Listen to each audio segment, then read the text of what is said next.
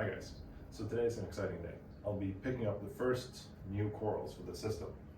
I have a friend of mine who is taking a break from hobby for a little bit, and I had the opportunity to pick up 4 very nice acros, a couple of ones I've been looking for quite a while actually.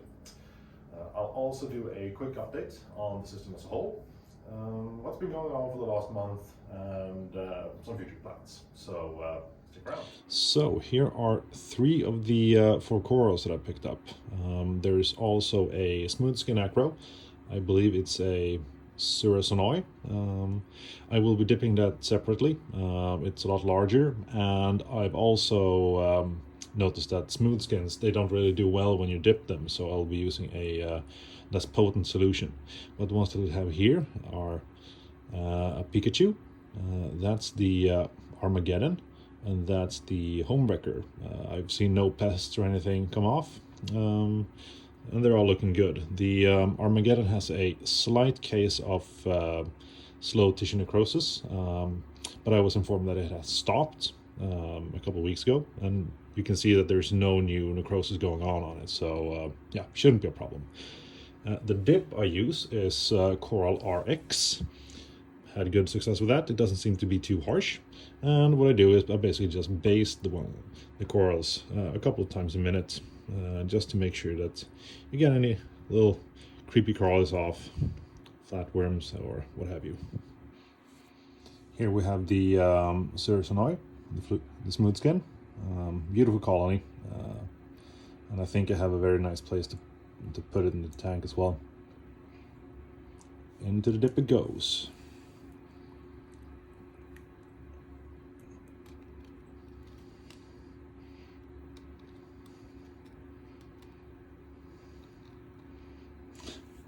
Alright, might have to add some more water.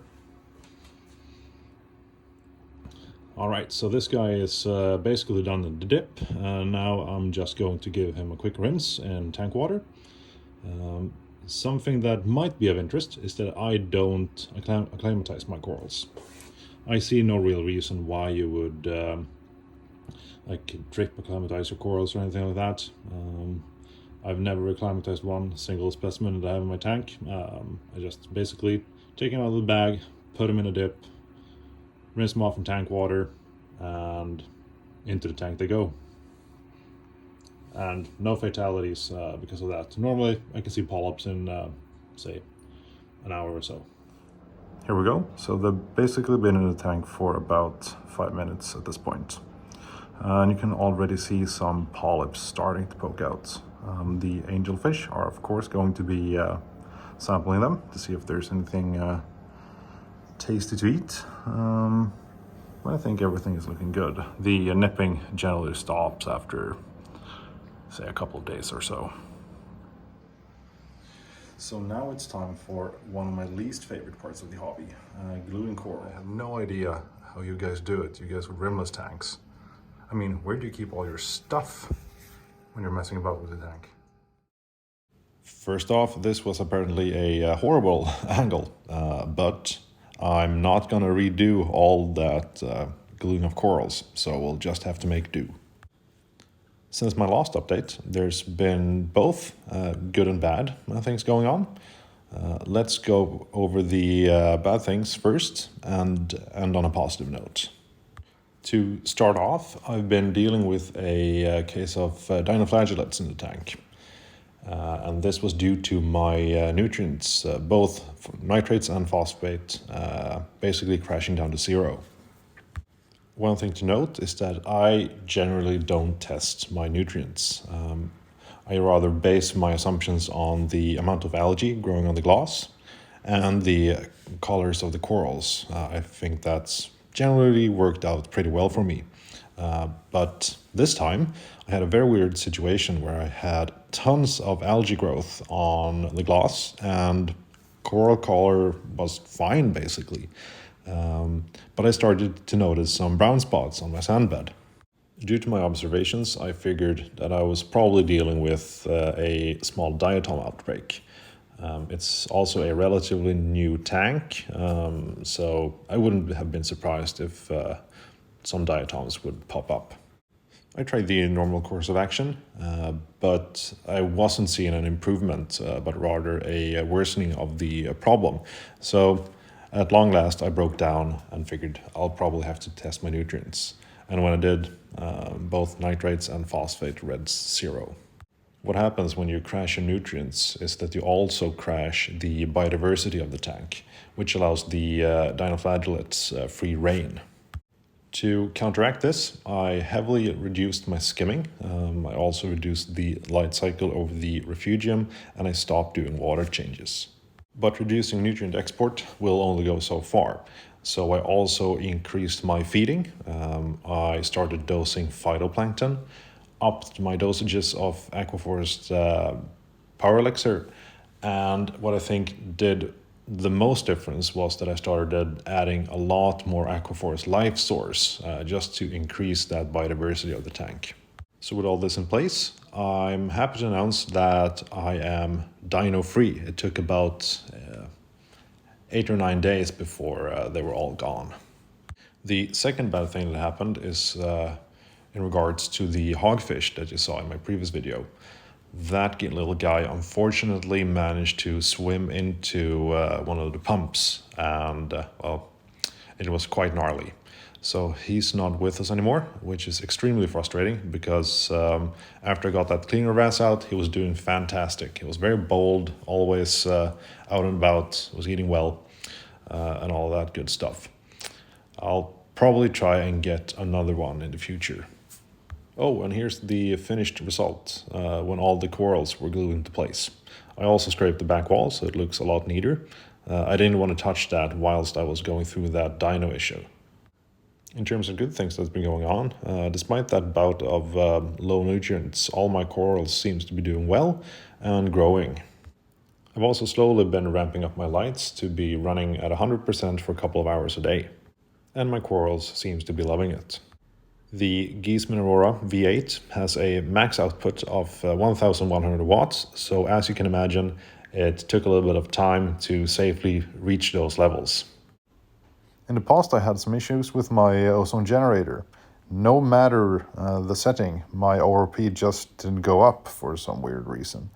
I had it sent to the manufacturer and they did some diagnostics, found out that the electronics board was basically broken, so they replaced that, sent it back to me. And again, after a couple of weeks, the same thing happened. Overnight, I just saw my ORP drop down to about 250 from my preferred level of 380, 385. But the good thing about this is that Sander, who made the ozone generator, is a very good company, and they basically said that, all right, you've had enough issues with this, we'll just send you a new unit, and so you don't have to worry about it. Since hooking up the new unit, my ORP has been rock solid, and the water is crystal clear. It's like gin. Another beneficial effect I've always seen with ozone is that since I got my ORP where I wanted it, my polyp extension has been a lot better as well. Like you saw in the last video, I've added a blue maxima clam as well, and that guy is doing great. I'm kind of iffy about clams these days. In the past, I used to keep tons of clams without any issues whatsoever, but all the clams that I've acquired during the last 5 years or so have came in with pinch mantle disease, which is a death sentence to clams if you don't do anything about it. The standard treatment for pinched mantle disease is freshwater dips, but even if you treat them, there's a good chance that they won't make it. I've seen no such tendencies on this guy, and he seems to be, happy as a clam. I can see new shell growth, and the mantle is constantly fully extended. There was some initial problems with nipping from the Goldflake Angel, but I tried something that I've done in the past as well with good success, and you basically figure out where the standard route of a fish is, the fish that's nipping, either a coral or clam, and then you just move that piece out of the way of the fish. And, well, since I did that, there hasn't been any nipping whatsoever. I've also been working on optimizing my pH.